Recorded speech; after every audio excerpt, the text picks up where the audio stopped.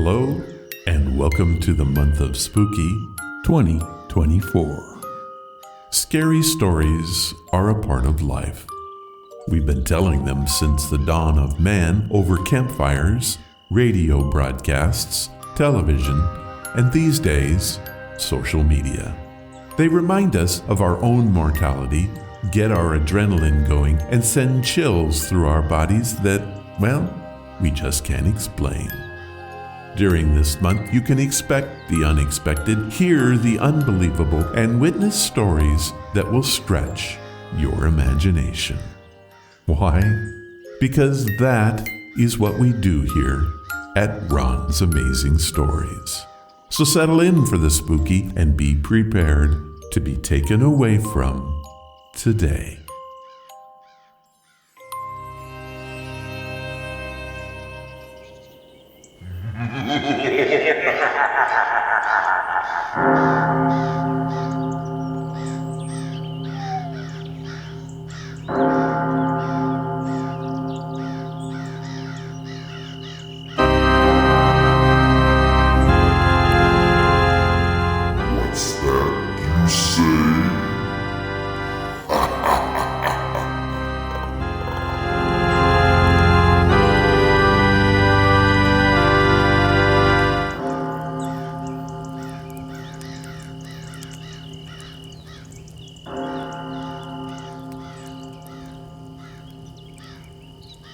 Hello, and welcome to the podcast.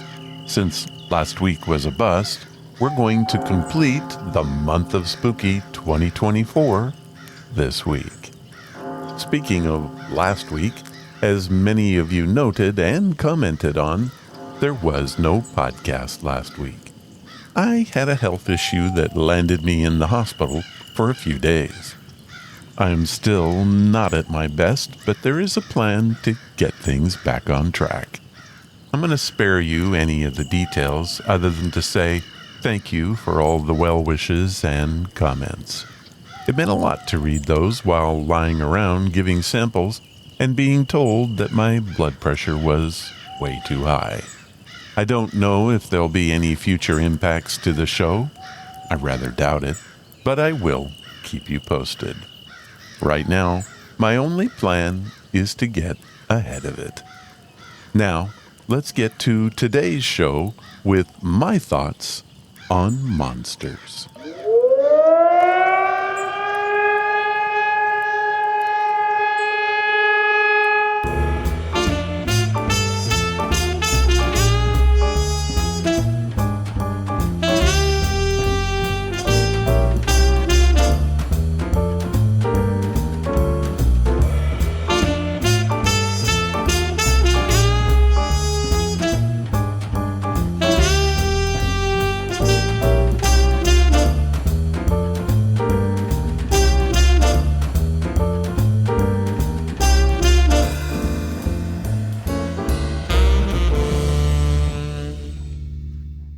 The other day, I thought,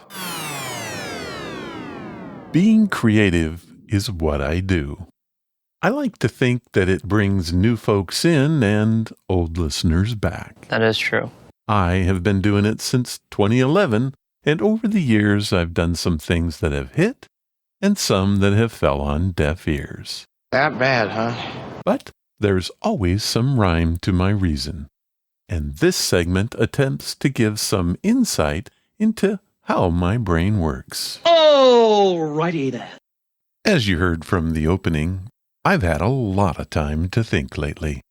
There just isn't a whole lot to do in the hospital. So I got to thinking about the origins of the monster. It's been claimed that monsters, supernatural creatures with bodies composed of multiple species, play a significant part in the thought and imagery of all people from all times. So, were they ever real? Who knows? But I will say that they do exist, at least in our thoughts. I am titling this, From Bad Dreams to Bad Hair Days. The Origins of the Monsters. Where do monsters come from? Is it the murky depths of some primordial swamp? A cursed tomb in a forgotten land? Nope. Turns out the origins of most monsters are far less terrifying and much more, well, human. For example, there is the "I swear I saw it" monster. This one's born from the good old-fashioned exaggeration. You know the type. "It was this big, I tell you. Eyes like dinner plates. Teeth like daggers." After a few retellings and maybe a couple pints at the pub, a simple house cat becomes a saber-toothed, man-eating fiend. Then there's the "blame it on the food" monster. Ever eaten bad shrimp and had a nightmare about a tentacled beast rising from the sea? Boom. You just birthed a monster. This variety is often the result of indigestion, spicy curry, or that questionable gas station sushi. Next up, we have the fashion disaster monster. Some monsters are just victims of bad style choices. Take Medusa, for example. Sure, the snake hair is a bit much, but maybe she was just trying out a new look. And the Minotaur? Clearly a misguided attempt at bold, animalistic fashion statements. Of course, there is the misunderstood monster. Poor Bigfoot. He's just a shy guy with a serious body hair issue, trying to live his best life in the woods. But thanks to blurry photos and overactive imaginations, he's become the poster child for creepy cryptids. Or how about the bureaucratic blunder monster? Legend has it that the Kraken was actually just a giant squid who got lost on his way to a cephalopod conference. After a series of misfiled forms and unhelpful customer service calls, he became so enraged that he accidentally destroyed a few ships. The rest, as they say, is monstrous history. And finally, there is the "It's not me, it's my hormones" monster. Werewolves, vampires, and the occasional grumpy troll.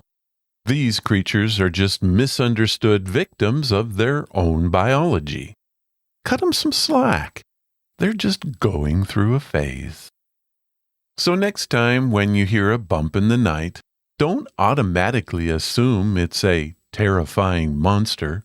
It just might be your neighbor's cat, a rogue pickle, or someone having a really bad hair day. Well, there are my monstrous thoughts for this time. I hope you found them entertaining. All ideas expressed in this segment are mine and fall under the Unstable Expression Copyright Act and are therefore subject to ridicule or praise, as the case may be. Feel free to offer feedback and any thoughts you might have on the main website. I would love to hear from you.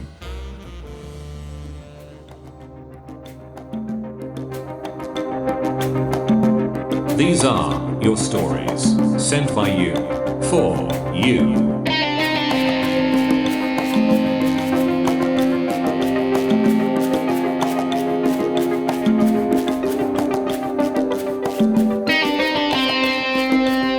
Our first story is from Texas. I love orb tales, and we seem to be getting more of these all the time. I did a bit of research hoping to find that there was an uptick in these types of stories. Alas, I found nothing to support my theory. This one was sent in by Marc Reese from San Antonio. He calls it The Creature of Phantom Lake Canal. I was in my early 20s and was out with a group of friends. We all drove out to the canal that we sometimes fished at. Upon arrival, my friend parked his car on a concrete bridge and we all got out. We were hanging out, listening to music, and just killing time, talking about this and that. As my friends were talking, I looked downstream and I could see the lights of the cars driving on US 77 as they sped by. As I continued to look, I noticed a small orb of light that flashed on and off on the left bank of the canal a good distance away. I didn't think anything of it and thought it was a firefly. My friends continued talking and I joined in on the conversation. A few minutes passed and I glanced downstream again to see the flashing orb was now heading in our direction, following the bank. It would flash brightly and then turn off and then flash back on, but several feet closer. It repeated this a few times and then an alarm went off inside me. I don't know why, I just knew that we had to get out of there. A feeling of horror and terror struck me, and I opened the driver's side door of my friend's car and jumped in. I began yelling at my friends to also get in. Thankfully, they listened, and I drove a short distance down the dirt road. One of my friends demanded that I stop the car, got out, and asked what had scared me. I told him what I saw. He didn't believe me and started to walk back towards the bridge. A few seconds later, he came running back, hopped in, and screamed, "Roll up the windows!" Then something hit the back of the car, causing it to rock. I started the engine, and we sped out of there. Once at a safe distance, I asked my friend what he saw. He said that when he looked back at the bridge, he saw a dark shadow with red eyes. The hair on the back of my neck just stood up as I typed this, even after so many years. This is a true story on everything I love. Thanks for reading. Marc Reese, San Antonio, Texas. Wow, Mark, that was terrifying. Most orb stories seem quite neutral about things and intentions. Yours appears to be downright malignant. Thank you for sharing it with us, and I'm glad that you made it out safe. This next story comes from heaven. Well, sort of. Mattie Pittman from Glenns Ferry, Idaho, sent in this email that I call Parma's Angel. Hello, Ron. I am displaced in time. No, I'm not a time traveler. I'm just a person that believes that I should have been born in the 40s. I believe I would have flourished back then. In today's world, I always feel out of sorts, a step behind, if you will. I think that's why I was drawn to your podcast. You're the same, and your work shows both a love for our past and that you are able to cope with our now. Thank you for giving me a place where I feel at home. I do have a story for you. You mentioned that you like a good angel story. I hope that you will find my adventure both a head-scratcher and divine. I was 10, I think, when this story took place. We were living in Parma, Idaho at the time. My parents have a small farm there where we grew corn and raised cattle. We attended church every Sunday and helped the poor. My mom and I would take food and supplies to migrant worker camps every spring. One day, after making a delivery, one of the wheels came off our truck and we plunged into a ditch. My mother was badly injured and I was left to find help. There was no such thing as cell phones those days to call 911. We were on a deserted back road and I had no idea where, so I picked a direction and began to walk. I was still in sight of our truck when a man walked up to me and asked if I needed help. He seemed to come out of nowhere. I remember that I was crying and that I just pointed to our truck and said, "My mommy's hurt." He picked me up and carried me back, and then I fell asleep. I woke up in the hospital with my head on my dad's lap, without a scratch. My mom had broken ribs, a concussion, and a few bruises, but was okay. From what my dad told me, the man had somehow fixed the truck enough to drive them to the hospital and then disappeared. You can believe what you want about this story, but I know this was an angel sent to help us when we needed the most. I remember his face was so kind, and I felt total peace in his arms. Mattie Pittman, Glenns Ferry, Idaho.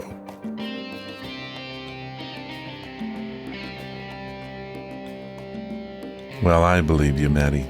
Furthermore, you're right. I do love an angel story. And one more thing, I too think I would have done well if I had been born 40s. Thank you for your story. I think this just might have to be one of my favorites of all time. Do you want to tell your story? Head to the main website at ronsamazingstories.com and click on the story submission banner. Fill it out, and the next thing you know, you'll be hearing your story on the show. If you don't want to tell it, just leave your contact information. I will contact you, and we'll write your story together. But do it today because we want to hear what you have to say.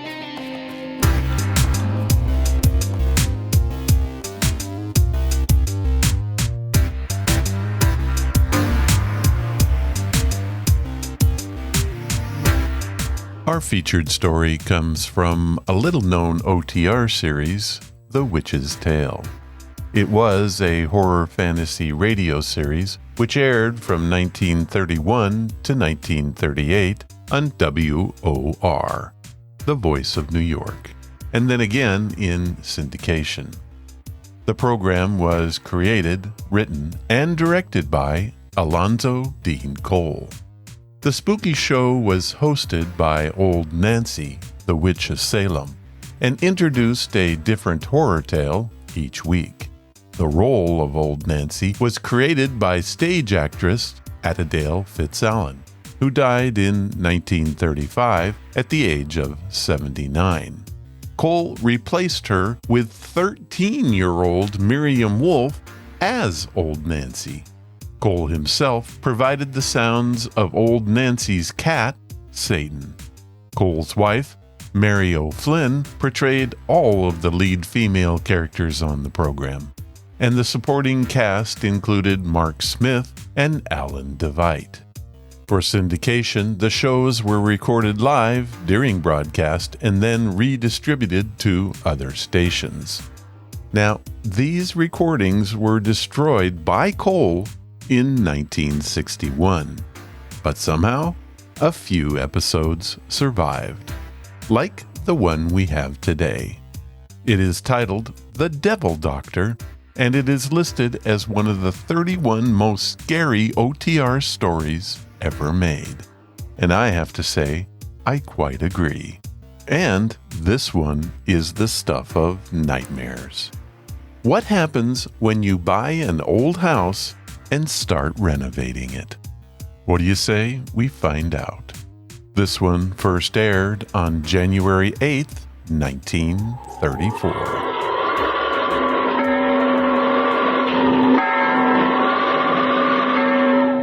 The Witch's Tale.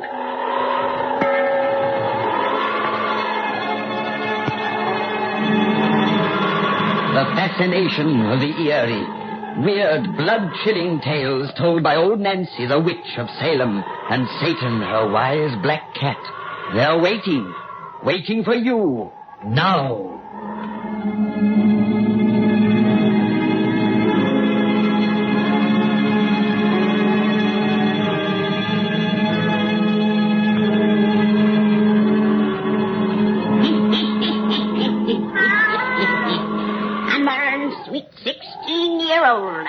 Today? Yes, sir. Amber and sweet 16-year-old. And Satan, now that me and you was at our customary sweet evening walk through the sweet, cheerful graveyard, we're all set to tell folks our customary sweet bedtime story. Now, tell these folks to douse their lights and we'll get right down to business.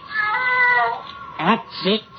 Make it nice and dark, and draw it to the fire, and gaze into the embers. Gaze into 'em deep, and soon you'll see inside a big old handsome house in little old Merry England. There begins our story, which we call The Devil Doctor. The Devil Doctor. Dad? Oh, Dad? Yes? Will you and Stanley come in? Mr. Roberts is here. He will be in a minute. It was awfully good of you to come over, Mr. Roberts. Not at all, Miss Duffus. Before I received your father's message asking me to call, I had already determined to drop in and bid you welcome to Hartley Manor. It's a very trivial matter that Dad wishes to see you about. Won't you sit down? Thank you. I suppose you're very happy to be finally in your new home. I'm sure we will be, but we've scarcely had time to become acquainted with it yet. I see the decorators have made quite a few changes. Yes. Dad bought this delightful place because it was so old and rich in tradition. Then immediately decided to modernize it. I'm sure you don't approve. I must confess to a slight dismay. That will be the reaction of our other neighbors, I imagine. They undoubtedly consider it bad enough that Americans are to live in this historic landmark. I hope the liberties Dad is taking with it don't add to their resentment. I'd like to be around when they resent it. Dad, I didn't hear you and Stanley come in. This is the Reverend Mr. Roberts. How are you, Mr. Roberts? Glad you come over. Thank you, Mr. Duffus. You know, this girl of mine egged me into buying this place. Yet ever since I planked down a cool $500,000 for it, she's been kicking about the improvements I've made. If you wouldn't try to change things too much, Dad. Change is what makes the world go round. Excuse me. You haven't met my future son-in-law, Stanley Davis. Stan, this is Mr. Roberts, head man of the local church. How do you do? Sit down, everybody. Sit down. Now, before wasting any time in small talk, Roberts, I'm going to tell you why I sent you that message to come over here. When I pay for anything, I expect my money's worth. And I paid for something in this house that isn't here. The solicitors told Dad that, as you are extremely familiar with the history of this house, you might help him in his search. Search for what? An ancestor. An ancestor? Yeah, I've been cheated. I was told that in the art gallery there were 106 life-size oil paintings of the de Caserac family whose estate this used to be. But there's only 105, which makes one ancestor missing. I see. The 106th portrait isn't really missing, Mr. Duffus. It is hidden behind a secret panel in this room. A secret panel? What's the idea of hiding my picture there? It was hidden over 300 years ago, Mr. Duffus, just after its subject died. Why? Because Bertrand de Caserac, whose likeness it is, had placed a hideous blot upon his noble family name. He was one of the most infamous monsters who ever lived. What did he do? Allow me to show you his hidden portrait first. It'll make the story more believable. The country people hereabout call him the Devil Doctor. The Devil Doctor? Yes. Let me see. The spring is hidden somewhere in this beaded molding at the side. Ah, I found it. Oh! I'll be... 106 portrait is rather startling, isn't it? Oh, for an instant it seemed that he'd walk right out of the canvas. Darned if I didn't have the same feeling. I'm glad he's only painted there. I'd never seen such an evil face. All except the eyes. They're expressionless and dead as those of a fish. Yes, but that only adds to his frightful ugliness. Please close the panel again, Mr. Roberts. Well, I don't know anything about art, but whoever painted that knew his business. It is generally believed in this neighborhood that the artist was Lucifer himself. You mean the devil? That's a new one. According to tradition, that is not a mere portrait, but a second body that Bertrand de Caserac will return to and wear someday if he's able. A second body? Well, the evil Bertrand de Caserac was an alchemist, a delver in black magic, and above all, a Satanist. You mean that... Instead of God, he worshipped the Prince of Darkness. And in a certain vault below this house was often celebrated that most infamous of ceremonies, the Black Mass. I've heard of it. And so have I. It's a horrible perversion of the true Mass and is offered in honor of the devil. Say, are you kidding me? Unfortunately, Mr. Duffus, we are stating an awful truth. Bertram was finally accused of witchcraft and arrested. In the vault I have alluded to, an unholy altar was found, and hideous parodies of sacred images and vessels. And in the pit beneath the stone floor were discovered the bones of nearly 100 human beings. Oh, he was executed, of course. No, he cheated the noble punishment by committing suicide. Then, according to the story, the people who so long had feared him rose in arms and demanded his body. They wished to burn it, fire being considered the only way to completely destroy an evil spirit. His relatives smuggled his remains from prison and buried them here. A bishop of the church attended and sealed each corner of his tomb with a holy cross. Well, if that isn't the craziest thing I've ever heard of. It happened 300 years ago, Mr. Duffus, in a very superstitious age. Say, where is that vault where the old boy did his dirty work? Below the east turret. East? That direction? Yes. Bertram's heir had the chamber bricked up, and so it has remained to this day. Till yesterday, you mean? I beg your pardon. Well, I told you I was going to change things here. I went down in the cellars yesterday, saw that bricked-up doorway, and had the decorators' men tear it out and use the room to store their packing cases. That vault is open. I just told you the decorators' men opened it. They are from London and I'm familiar with the story, Mr. Duffus. If this became known around here, half this countryside would be thrown into a panic. You mean that... I mean the legend of the devil doctor is a living truth to the people of this region. I beg you have that door resealed at once. But why? I have told you their belief about that portrait. Why, you mean that old Bertram will return to life? If he's able. And you have rendered his spirit a service by unbarring the way to his tomb. His tomb? Yes. For below the vault where he buried his victims, Bertram himself was buried. His body is in that room? Embedded in solid masonry. By golly, it's beneath the center of the floor. I remember seeing 4 metal crosses on the corners of a big slab and wondering what they meant. Oh, I want to see it. So do I. Now that I know what it all means, I'd like another look myself. Come on, Robert. Yes, I would like to see it, too. Yeah, the stairs are right down this hall. You don't have to tell Mr. Roberts, Dad. He knows his house better than any of us. I'm afraid I do. And that is the reason, Mr. Duffus, I request you to seal that vault again. Say, if you weren't a preacher, I'd say you took this stuff about the devil doctor pretty seriously. As a preacher, I accept the Bible as the Word of God. And Holy Writ bears many testimonies that evil powers exist which are dangerous to men. Yeah, well, here's the cellar door. Say, help Edith down these steps, Stanley. They're pretty steep and carpeted with dust. You see how useless is any attempt to convince my father of anything, Mr. Roberts. You won't even believe the man I'm going to marry will assist me downstairs unless he's told. Well, speaking of convincing me, no one will ever make me believe there's any truth in superstition. The vault's over this way. I haven't been down here before. Neither have I. And after hearing Mr. Roberts' story, I shan't make a habit of it. Mr. Roberts, since it's believed that portrait of the devil doctor is a creation of infernal magic, why was it never destroyed? Because there's a further tradition that whoever harms it will be destroyed themselves. Rot. There's the vault just ahead. Your men didn't break the door. It wasn't necessary. When they tore out the bricks that covered it, the door was standing open. Open? Yeah. Strange. In the ancient record, it said the door was closed and locked. Yeah, well, mind these packing cases you come in. You're liable to snag your clothes on a bent nail. And the shavings are strewn everywhere. Yeah, I saw the crosses about there where that big crate is standing now. Here, give me a hand with the stand. We'll push it out of the way. Yes, sir. Ready? Yeah. Let's go. Come on, push. This box was way down here. Yeah. Edith's concert grand piano was crated in it. This would be the case we'd have to move. I see a metal crucifix. Yes, connecting slab and floor. Where are the others? One should be right here if they were placed at all 4 corners. But there isn't one there. There's none in these far edges either. They were there yesterday. Dad, you and Stan tore them away with that heavy case. Doggone, I guess you're right. Mr. Roberts, if the old devil doctor's half the man you say, he ought to jump right up and dance now, with only one cross to hold him down. Edith, what's the matter? This slab just moved. Moved? I felt it under my hand. Quit your kidding. I'm not. Mr. Duffus, feel the edges of this slab. Yeah, what about him? Lord, I see what you mean. Dad, they're an inch above this floor. You're crazy. They're absolutely level with it. Feel here, Mr. Duffus. Now your hand is placed beside the one remaining cross. No, that's funny. Yes, it is.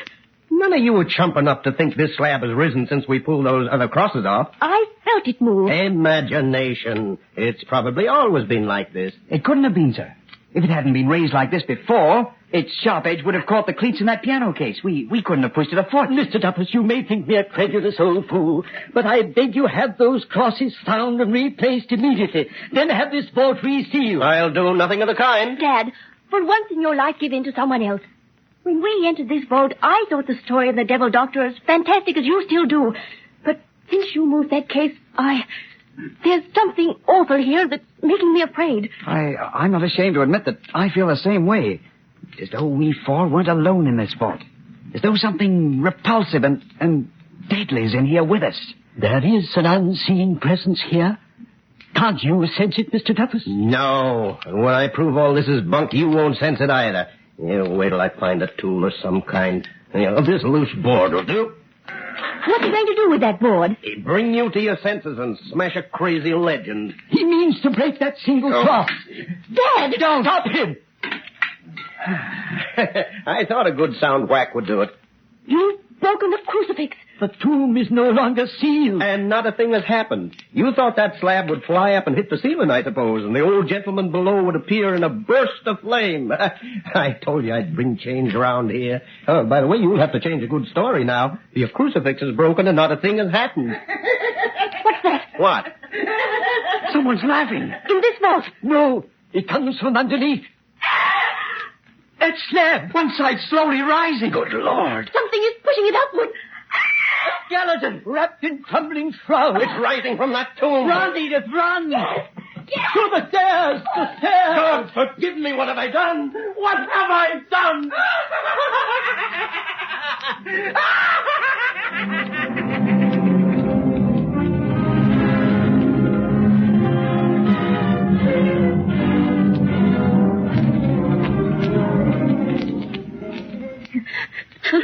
Edith, darling, you must pull yourself together.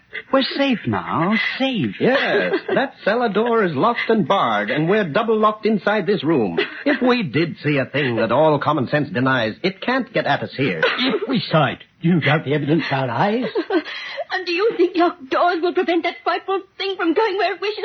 That hideous nightmare you delivered from its tomb? That's just what it was, a nightmare. It couldn't have been real. It's too impossible. So one might say who for the first time saw a boa constrictor. That's a natural thing. Whatever is natural. We know this thing exists. I can still see the awful horror of its fleshless bones, its crumbling shrouds. Edith, darling. I still hear its frightful laughter, smell its sickening odor of decay and mold and death. Edith, you gotta snap out of this. If you would only let us leave this house as the servants did when we ran screaming from that cellar. If only you hadn't insisted that we remain here. I didn't ask any of you to stay here. I said I wouldn't run away like a panic-stricken fool. You knew we wouldn't go and leave you here alone. And now night has come.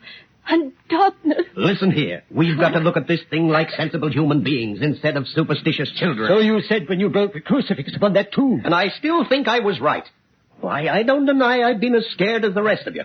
Cold shivers are still running up and down my spine. But I didn't travel the distance I've reached in life by being a credulous fool. You can't deny the evidence of all our senses. No, but I can find an explanation of the way that they were tricked. What do you mean, sir? When I overheard Edith telling you this afternoon that folks around here resented our living in this old house, I think she called the turn on everything that's happened.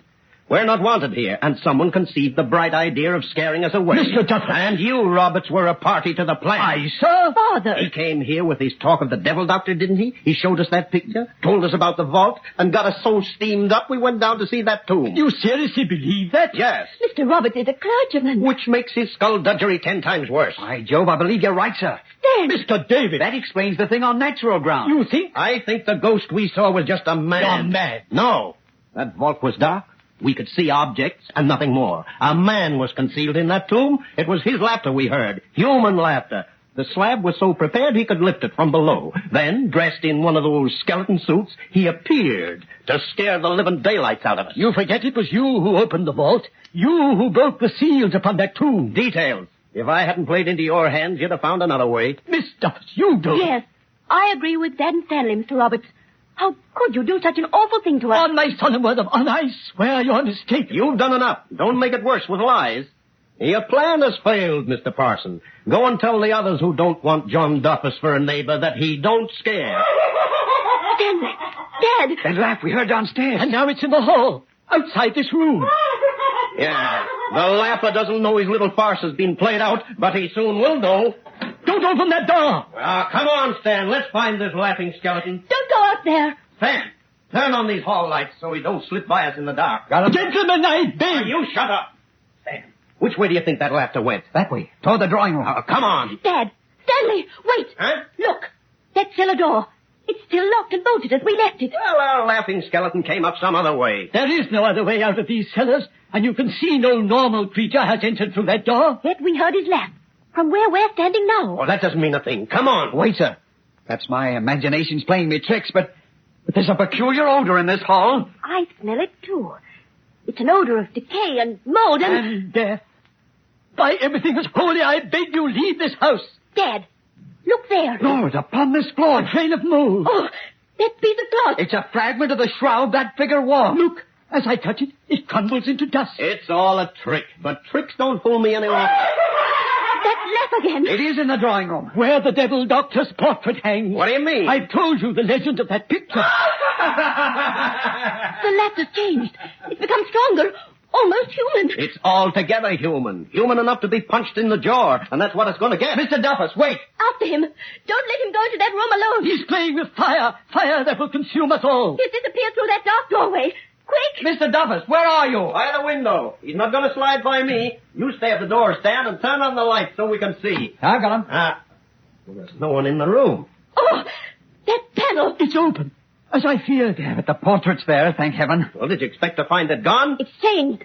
Those eyes we thought so dead this afternoon now shine with light. They look alive. Another trick. No, Lord, help us. The devil doctor lives again.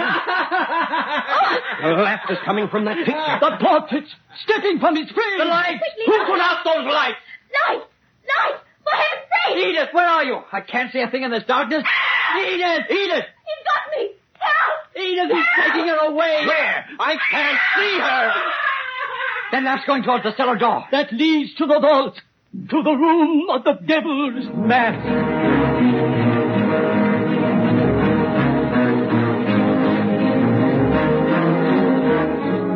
Which way is it, Stan? Oh, God, where is that vault? I'm as completely lost as you are.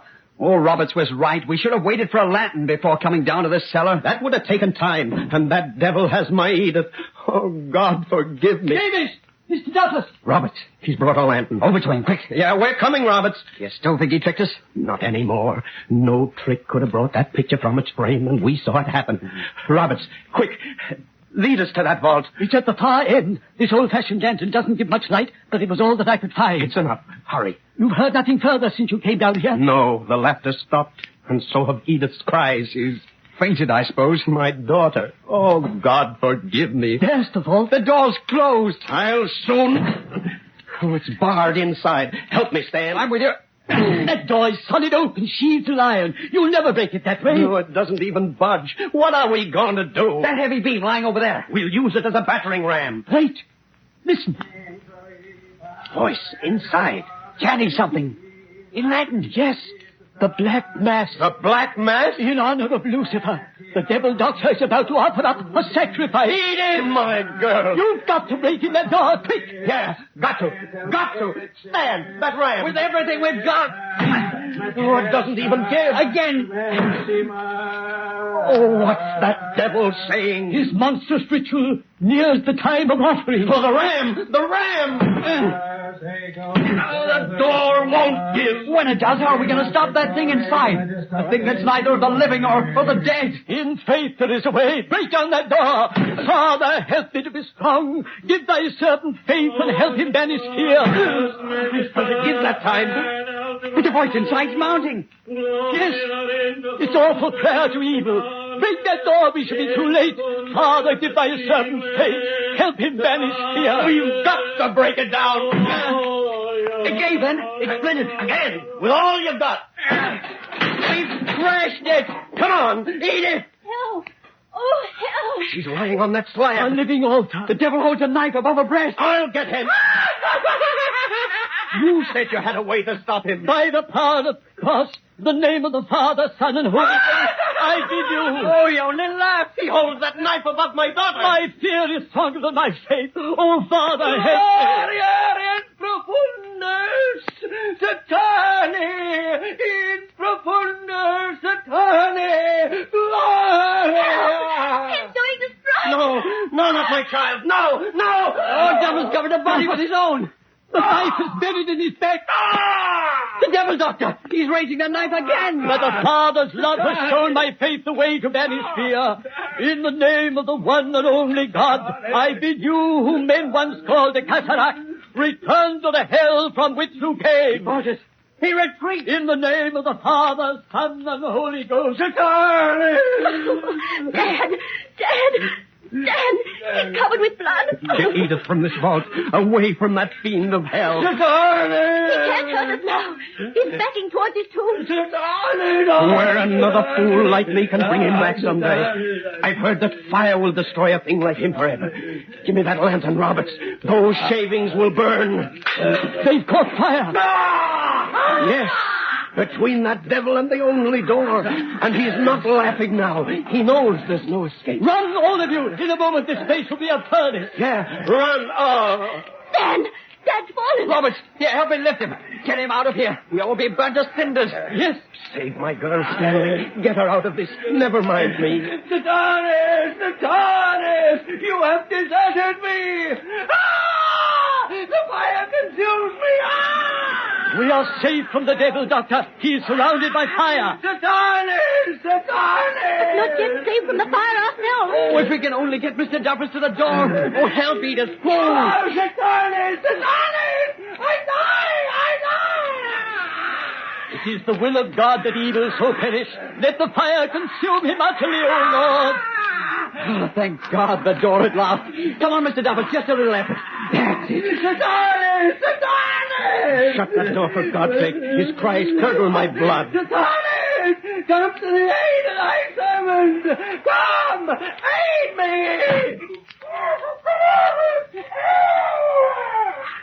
Thank God it is over.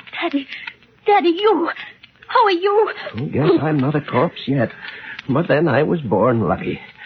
Reckon my idea of changing things has worked after all. Your craving for change awakened the almost unchangeable. But it has been the means of removing the baneful and evil spirit of hell which so long has menaced this house. Listen.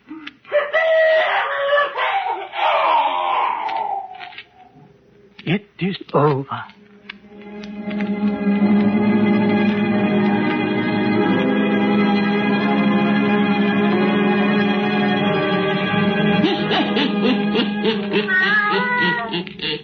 And so, Satan, we also brings our story to an end.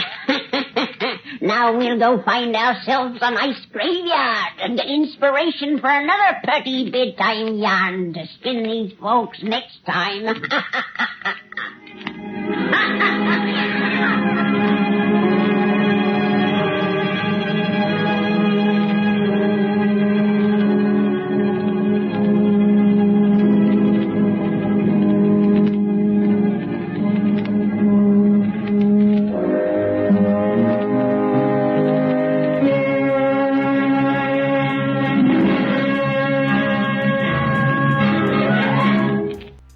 Well, that is horror at its best. Also, it's quite original for its day. In fact, the only one I found like it was a 1939 film titled The Banishing. A young reverend, his wife, and daughter move into a haunted manor in England. I haven't watched it yet, but I'm thinking I'm going to give it a go. A bit more about The Witch's Tale, the series. While I couldn't find the documentation that proves it, it said that this series was the first horror drama on radio ever. I also couldn't find anything that disproves that statement. An effort was made to bring the series to television. In 1958, the Television Programs of America made plans to film a pilot with Cole, the creator, as consultant and story supervisor. However, the show never made it to TV. But it did have its influence. EC Comics publisher Bill Gaines was inspired by Cole's Old Nancy host to create a character called the Old Witch, illustrated by Graham Ingalls as the focus of EC's magazine, The Haunt of Fear. It ran from 1950 to 1954. Some of its stories were adapted for the 1972 motion picture Tales from the Crypt, and then again in television's Tales for the Crypt, which aired on HBO from 1989 to 1996. How about that?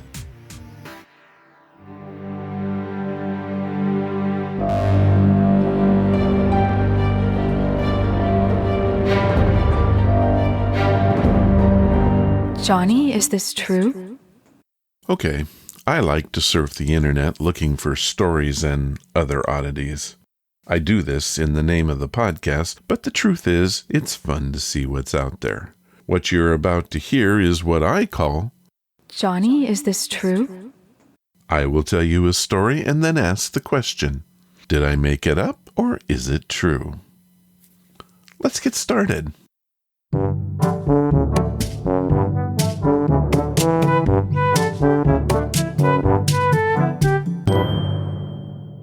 This time on Johnny, is this true? One of my very favorite albums is The Dark Side of the Moon by Pink Floyd.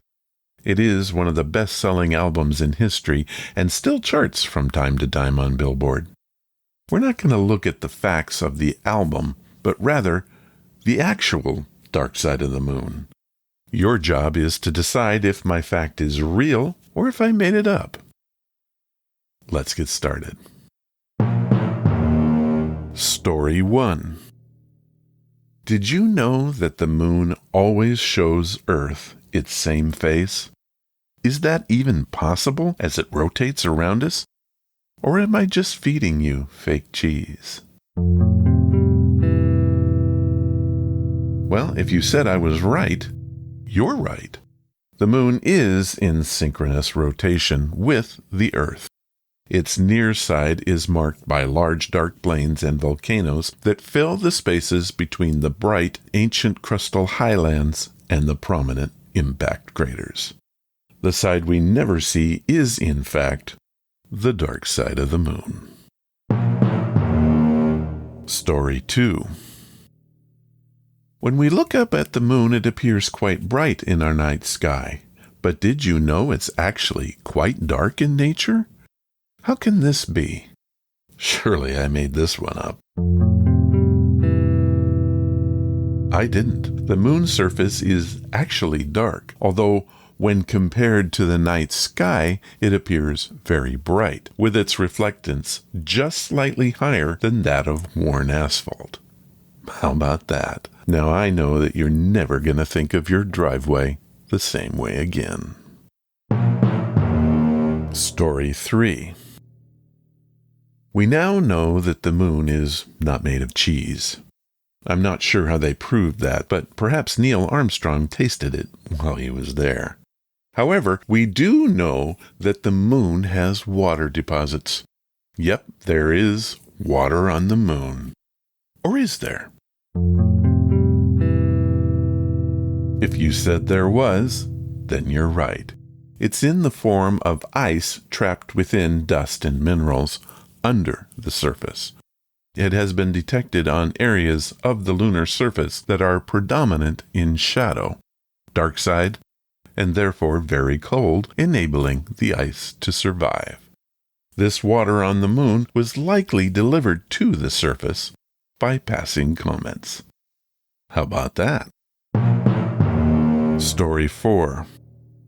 Our last fact is hard to believe. Did you know that our sun and the moon are just about the same size? If you look at them side by side, you can clearly see that they are in fact similar in both shape and size. Amazing, isn't it? No, it's not. I totally made that up. I'm shocked if anyone believed me. From the Earth, both the sun and the moon look to be about the same size. This is because the moon is 400 times smaller than the sun, but is also 400 times closer to Earth. So they look the same. But one of these things is not like the other. There you have our fun moon facts. I hope you enjoyed our trip into outer space.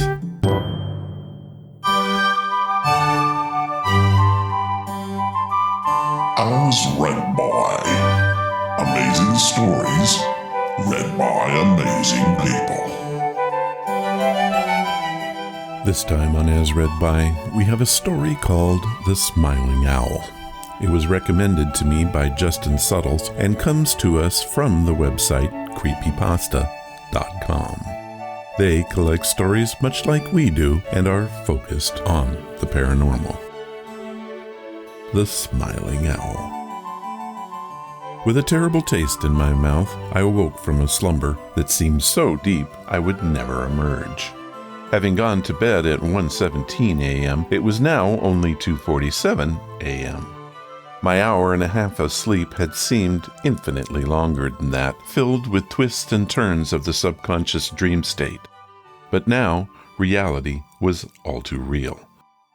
When I say this taste in my mouth was terrible, I don't mean that standard gopher crap breath that every middle-aged man wakes up to. This taste was very abrasive and unusual, not bitter, but sickly sweet, making me want to vomit. The closest thing I could compare it to would be the aftertaste of cheap rum mixed with some form of liquefied candy corn. My bare feet touched the cold, hard ground of my new studio apartment, and I walked past my bedroom window into the bathroom. Looking in the mirror, I opened my mouth in hopes of identifying the source of the taste, only to find that my tongue was covered in white gunk, almost like plaque. Confused, I then brushed my tongue and teeth to eliminate the taste, to no avail. Beginning to become restless, I then went into the kitchen.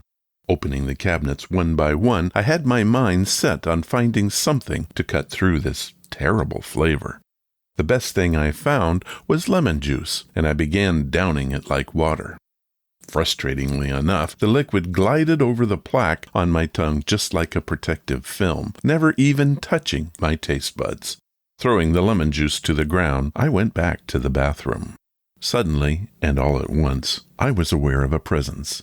A warm, throbbing, almost painful sensation came over me, almost like an external source of nerve stimuli, boldly yet calmingly letting me know that I wasn't alone.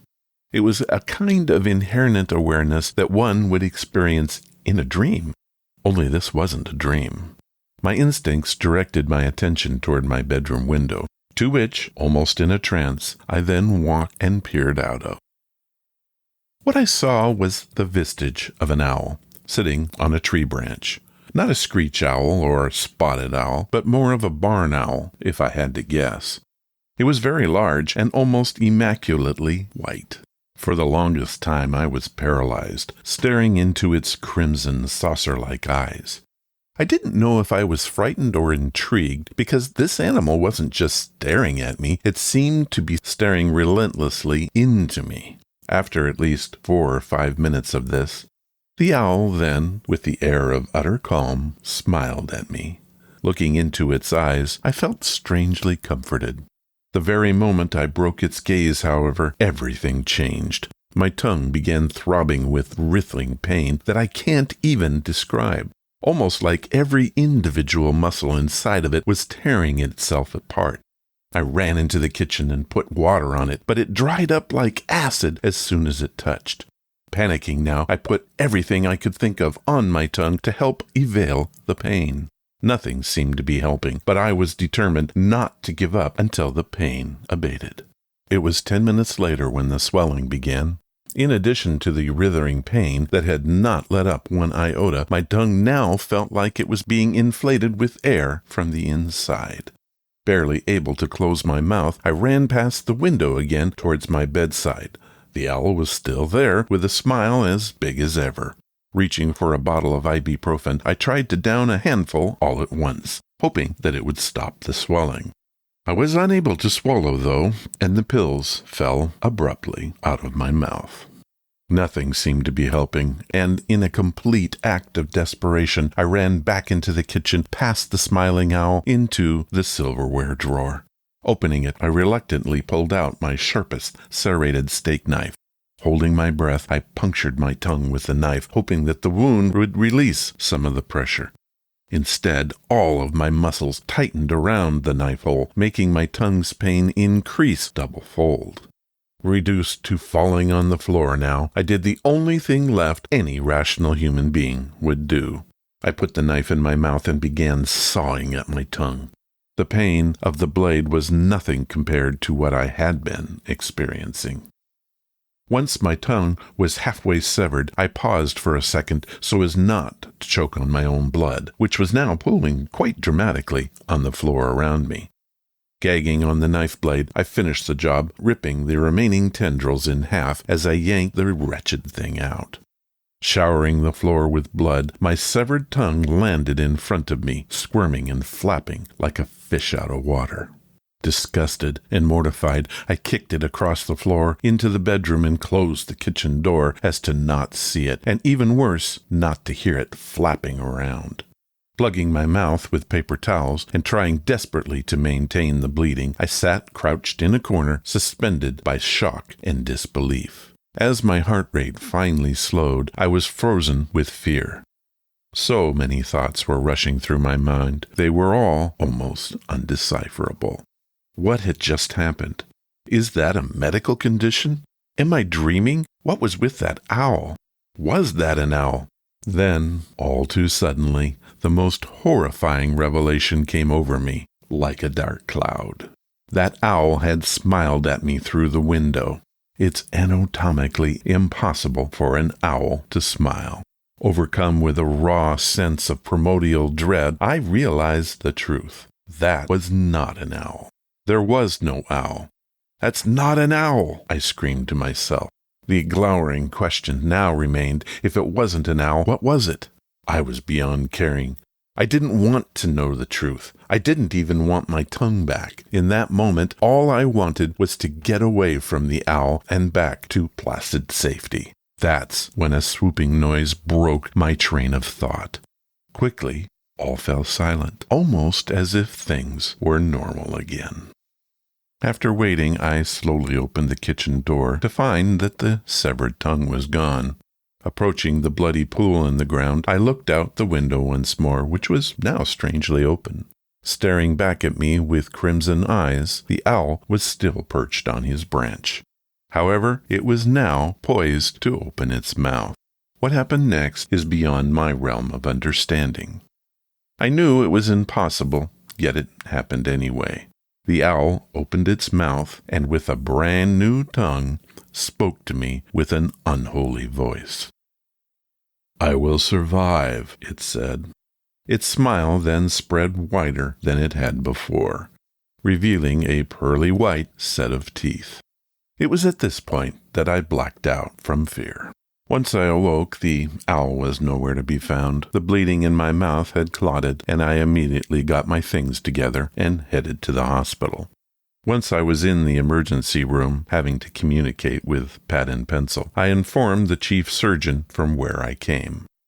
A look of general unease came over his face as he reluctantly told me that the previous tenant of my apartment came in exactly 1 month prior, mysteriously missing all of her teeth. The end of The Smiling Owl. My thanks to Creepypasta for posting that one, and to Justin Suttles for recommending it.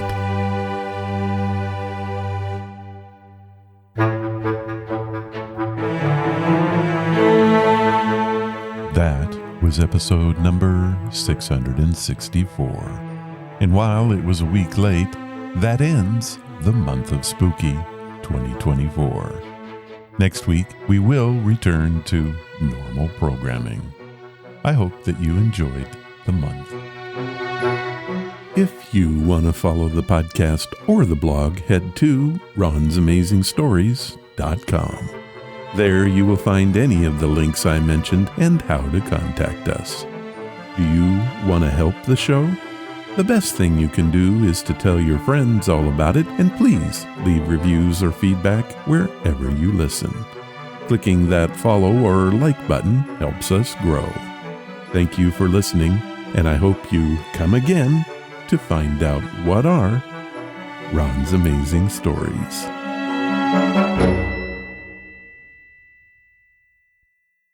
All of the vintage audio used in the podcast is believed to be in the public domain. Ron's Amazing Stories does not own the rights to any of the old-time radio used here. If you hold the rights to any of the shows played, please contact us immediately at ronsamazingstories.com.